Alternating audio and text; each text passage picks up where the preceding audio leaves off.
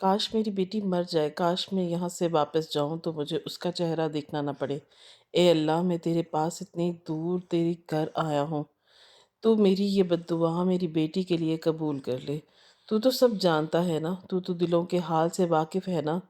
اسے موت دے دے، میں اس کا ذکر بھی اب دوبارہ سننا نہیں چاہوں گا۔ میں چاہتا ہوں جب میں واپس جاؤں تو ابدی نیند سو چکی ہو، تاکہ ہمارے سینے کا بوجھ اتر جائے، ہمارے دل بھی سکون حاصل کر سکے۔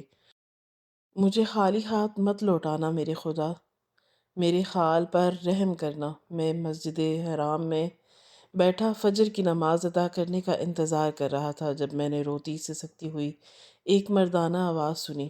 میں قدم قدم چلتا اس آواز کے تعاقب میں گیا تو میں نے دیکھا ایک آدمی ویل چیئر پر بیٹھا رو رو کر اپنی بیٹی کے حق میں بددعائیں کر رہا تھا۔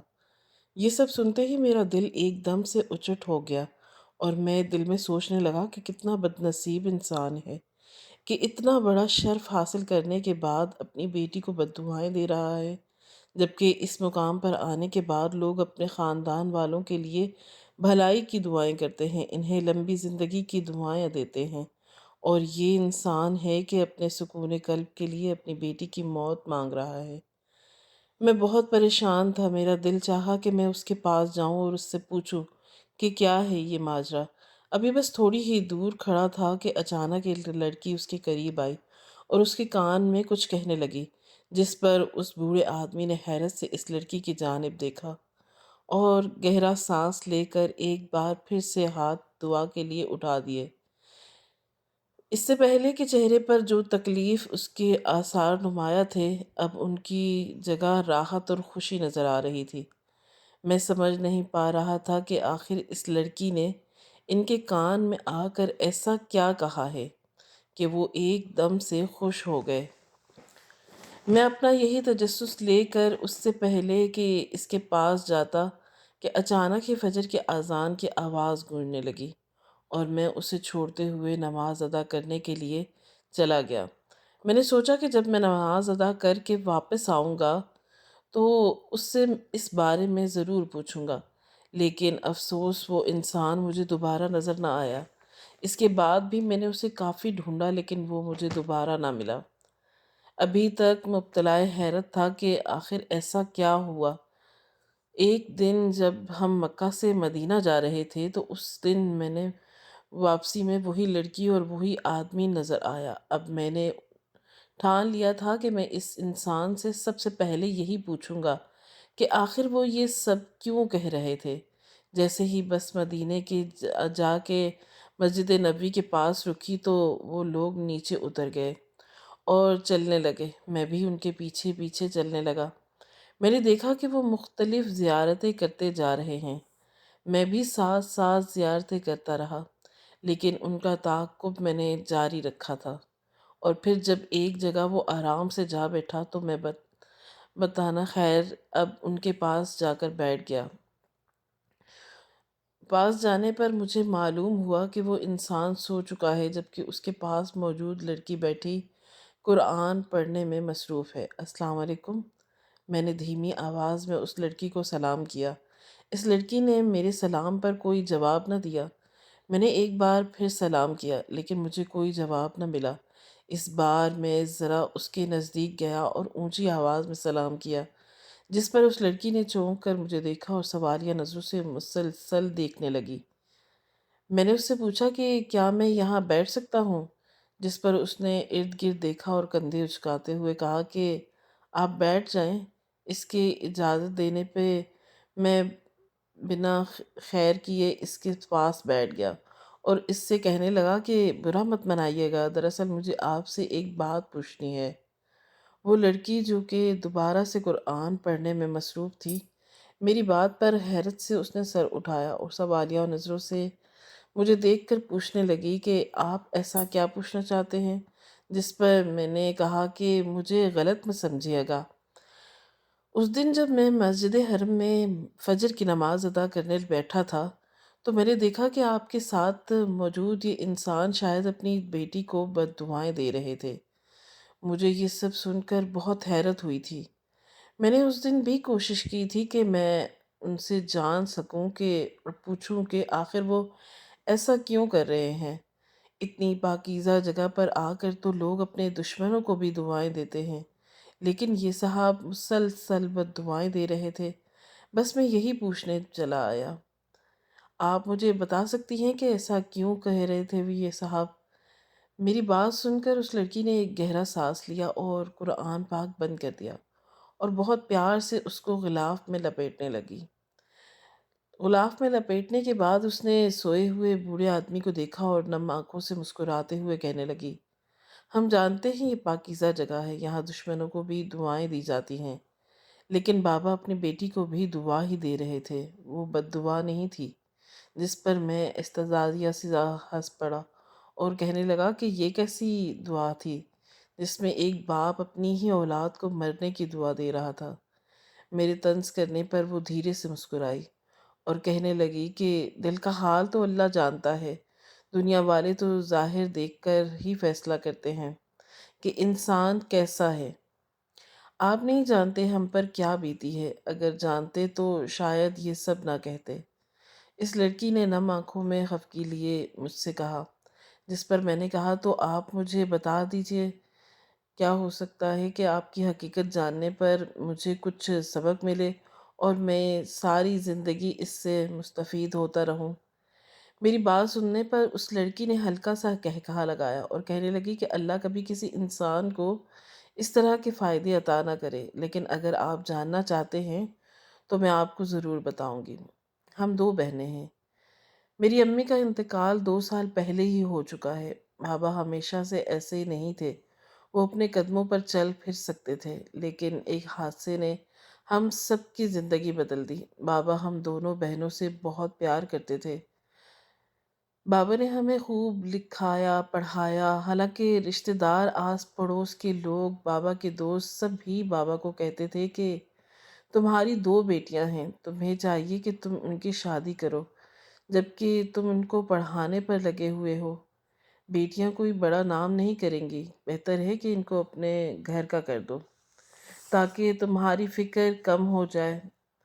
بابا ان پر سب لوگوں کو بات سننے کے بعد کہتے تھے کہ میری بیٹیاں میرا غرور ہے، میرا فخر ہے، میں انہیں دنیا کی ہر آسائش دینا چاہتا ہوں، اور دنیا کی ہر آسائش انسان تعلیم حاصل کرنے کے بعد حاصل کرتا ہے۔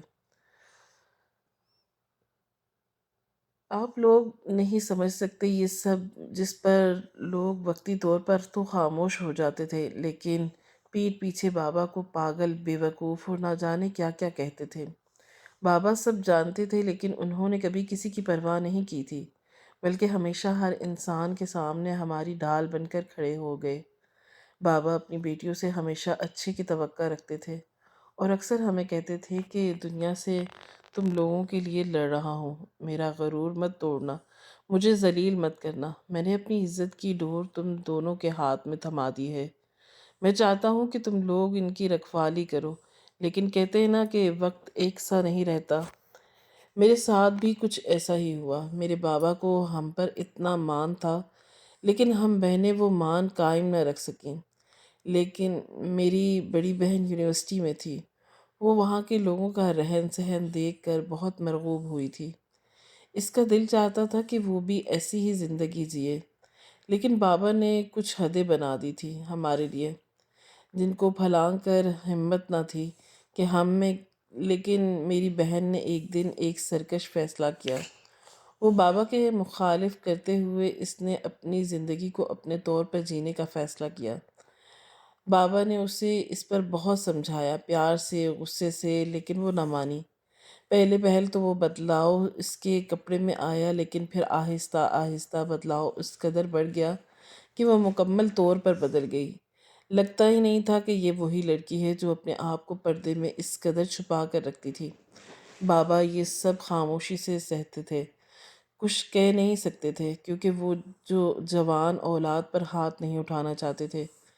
دن بدن اس کی حرکتیں خراب ہوتی جا رہی تھیں اور بابا کی پریشانی میں اضافہ۔ ایک دن جب بابا اپنی دکان سے گھر آ رہے تھے تو انہوں نے ایک ریسٹورنٹ میں آپی کو ایک لڑکے کے ساتھ بیٹھے ہوئے دیکھا، اور لڑکا آپی کو بہت گندی نظروں سے دیکھ رہا تھا۔ لیکن آپی اس کی نظروں سے بے پرواہ اس کے سامنے بیٹھی تھی، اس کے سامنے بڑے مزے سے باتوں میں مصروف تھی۔ کچھ دیر بعد بابا نے دیکھا کہ اس لڑکے کے کچھ اور دوست بھی وہاں آ بیٹھے اور آپی کو گندی نگاہوں سے دیکھنے لگے۔ آپی کا لباس بھی کچھ اس طرح کا تھا کہ ہر انسان کو اپنی طرف مائل کرتا تھا۔ اس وقت تو بابا آپی کو کچھ نہ کہہ سکے اور خاموشی سے گھر واپس آ گئے اور آپی کے آنے کا انتظار کرنے لگے۔ لیکن جیسے ہی آپی گھر آئیں تو بابا نے آپی پر تھپڑوں کی برسات کر دی۔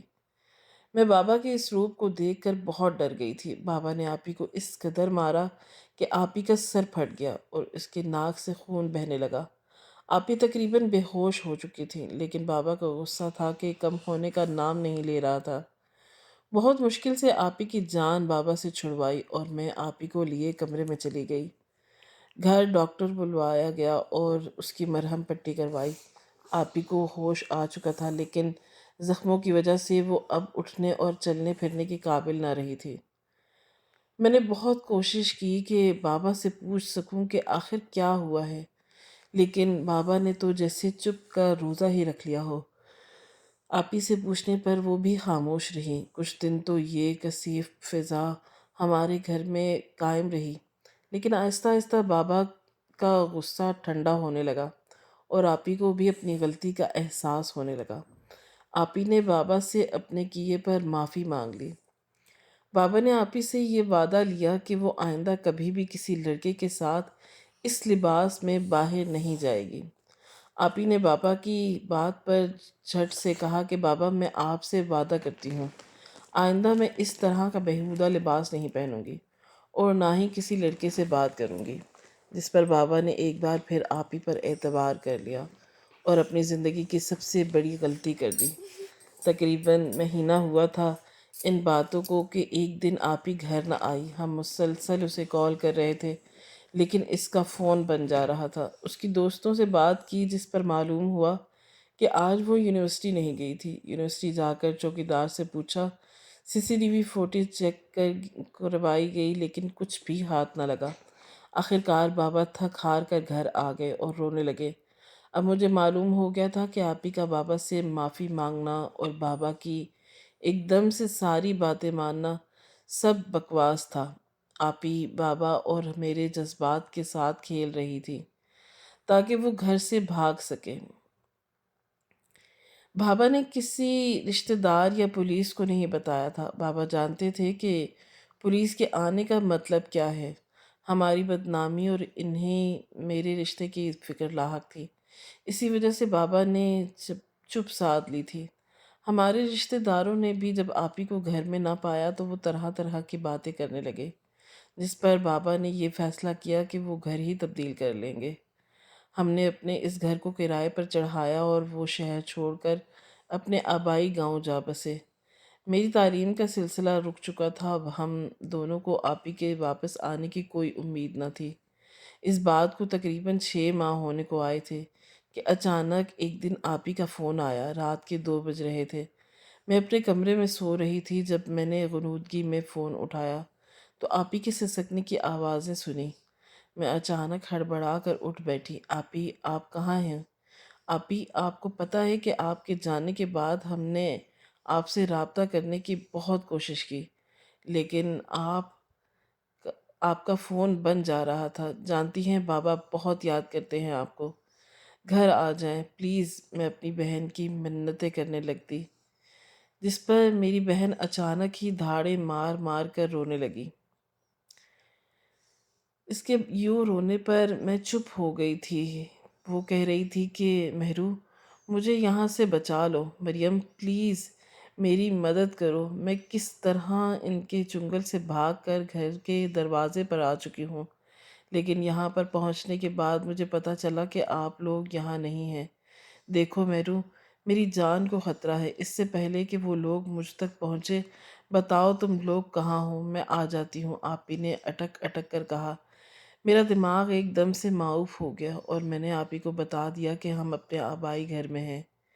یہ گھر ہمارے شہر والے گھر سے زیادہ دور نہیں تھا، اس لیے میری آپی کو آنے میں وقت نہ ہوا۔ جب وہ گھر کے دروازے پہ پہنچی تو صبح کے 5 بج رہے تھے۔ بابا فجر کی نماز ادا کرنے کے بعد مسجد جا چکے تھے۔ جب وہ رکشے سے باہر نکلی تب اس کی حالت دیکھ کر میں حیران رہ گئی۔ اس کے پاس رکشے والے کو دینے کے لیے پیسے بھی نہ تھے۔ میں نے رکشے والے کو جلدی جلدی کرایہ پکڑایا اور آپی کو لیے جلدی سے گھر کے اندر آ گئی۔ اسے لے جا کر بیڈ پر لٹایا اور اس کے لیے کھانے پینے کا انتظام کرنے لگی۔ آپی نے جب کھانا شروع کیا، اس کی حالت، کھانے کے انداز سے مجھے اندازہ ہوا کہ وہ کافی دنوں کی بھوکی ہے۔ میں نے ابھی اس سے کوئی سوال پوچھنا مناسب بھی نہ سمجھا تھا۔ کھانے کے بعد اسے نیند آنے لگی تو میں نے بھی ابھی اسے سونے دیا۔ بابا کو لگتا تھا کہ میں ابھی تک سو رہی ہوں، اس لیے مسجد سے واپس آنے کے بعد وہ میرے کمرے میں نہ آئے تھے۔ میں جب کمرے سے باہر آئی تو میں نے دیکھا کہ بابا چائے کا کپ تھامے اخبار پڑھنے میں مصروف ہیں۔ میں خاموشی سے ان کے پاس جا بیٹھی۔ آج اتنی صبح اٹھ گئی، خیریت تو ہے نا؟ طبیعت ٹھیک ہے تمہاری؟ بابا نے مجھے دیکھتے ہوئے مسکرا کر پوچھا کہ اچانک میری آنکھوں میں آنسو آ گئے۔ بابا، میں نے رونتی ہوئی آواز میں کہا۔ میرے اس طرح کہنے پر بابا نے حیرت سے مجھے دیکھا اور پوچھنے لگا کہ مہرو، کیا ہوا ہے تمہیں؟ بتاؤ مجھے۔ جس پر میں ایک دم سے پھوٹ پھوٹ کر رو پڑی اور بابا اٹھ کر میرے پاس آئے اور اپنے سینے سے لگا لیا اور خاموش کروانے لگے۔ بیٹے، بتاؤ گی تمہیں کیا ہوا ہے؟ کوئی مشکل ہے جسے میں حل کر سکوں؟ چلو شاباش، تم تو میرا بہادر بیٹا ہو نا، بتاؤ مجھے کیا ہوا ہے؟ بابا نے اتنے شفیق لہجے میں پوچھا کہ میں خود پر ضبط نہ کر سکی۔ میں جتنا خود پر قابو پانے کی کوشش کرتی اتنی ناکام ہو جاتی۔ بالآخر آہستہ آہستہ میرے آنسو تھمے تو میں نے بابا کو تمام حقیقت سے آگاہ کر دیا۔ پہلے تو میرے بابا ایک دم سے غصے میں آ گئے اور کہنے لگے کہ تمہیں کیا ضرورت تھی اسے گھر میں لانے کی؟ جہاں گئی تھی وہیں رہتی، مر جاتی، واپس نہ آتی۔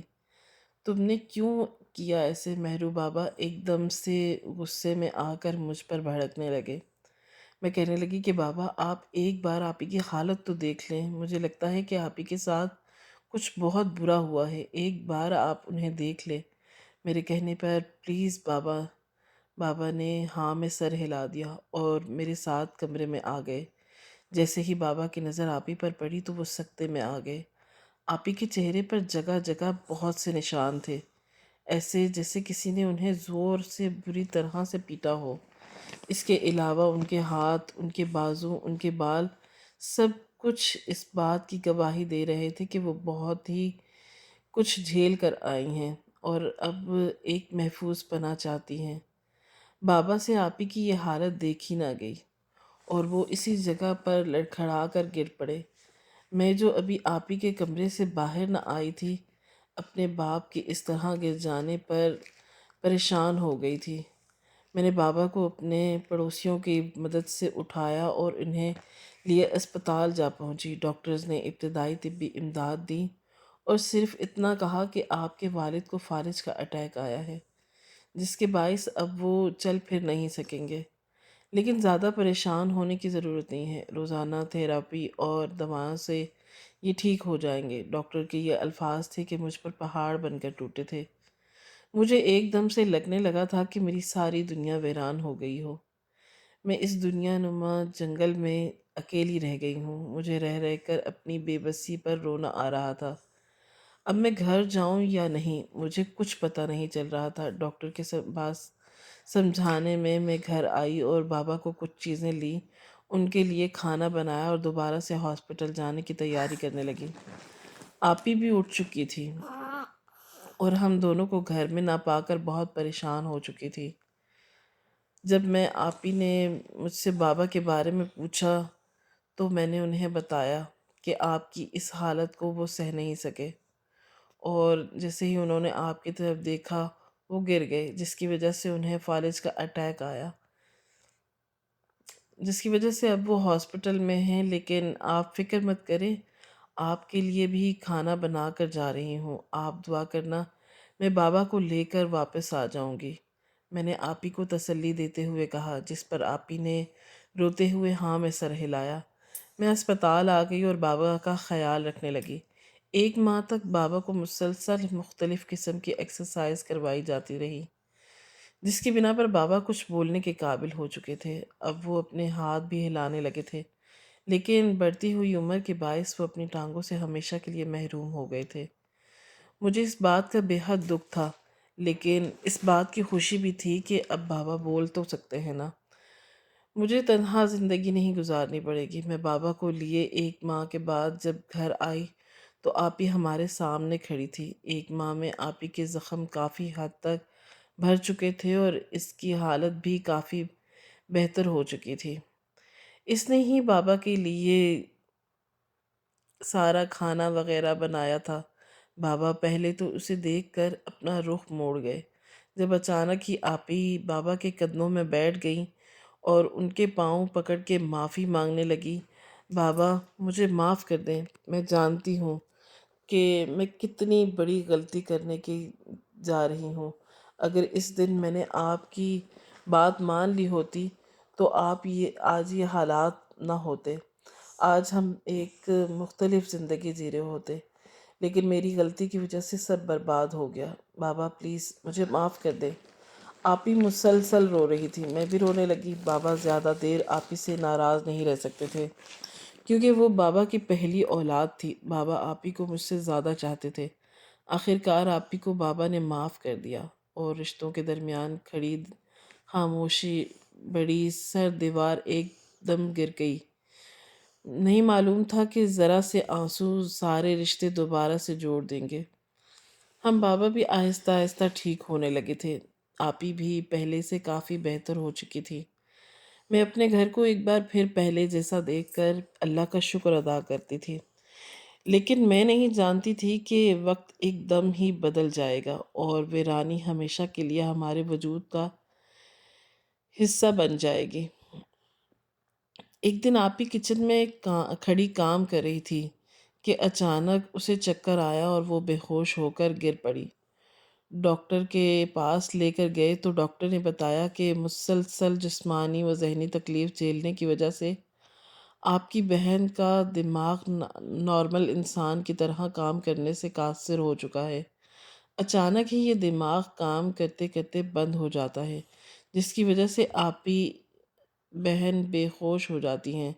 اس کے علاوہ ہمیں اس بات کا خدشہ ہے کہ آپ کی بہن کو برین ٹیومر نہ ہو جائے، کیونکہ ایسے حالات میں اکثر برین ٹیومر ہو جاتا ہے۔ ڈاکٹر نے بہت پیشہ ورانہ انداز میں مجھ سے بات کی۔ میرے سر پہ تو مانو پہاڑ ٹوٹ پڑا ہو۔ میں نے تو بے تابی سے ڈاکٹر سے پوچھا کیا اس سب کا کوئی علاج ہے؟ میرے اس سوال پہ ڈاکٹر نے کہا کہ جی بالکل، اس مریض کا ہر علاج ہے، لیکن علاج کرنا کسی حد تک ٹھیک ہوگا۔ یہ ہم تب ہی آپ کو بتا سکتے ہیں جب ہمیں معلوم ہو کہ ان کے دماغ میں ٹیومر کس حد تک بڑھ چکا ہے۔ بہتر ہے کہ آپ کے لیے کچھ ٹیسٹ کروائیں تاکہ ہم ان کا علاج شروع کر دیں، ڈاکٹر نے مسکراتے ہوئے کہا، جس پر میں نے ہاں میں ہاتھ سر ہلا دیا۔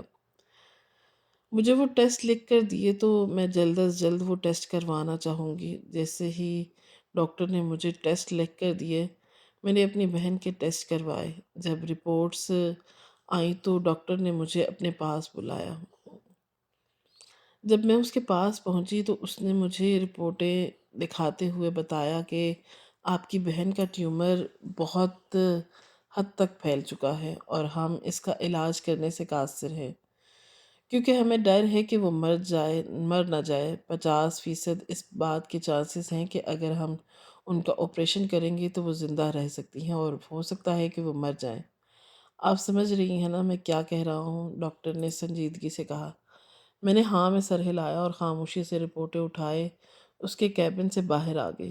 گھر آ کر میں نے اپنے باپ کو اس تمام صورتحال کے بارے میں بتایا۔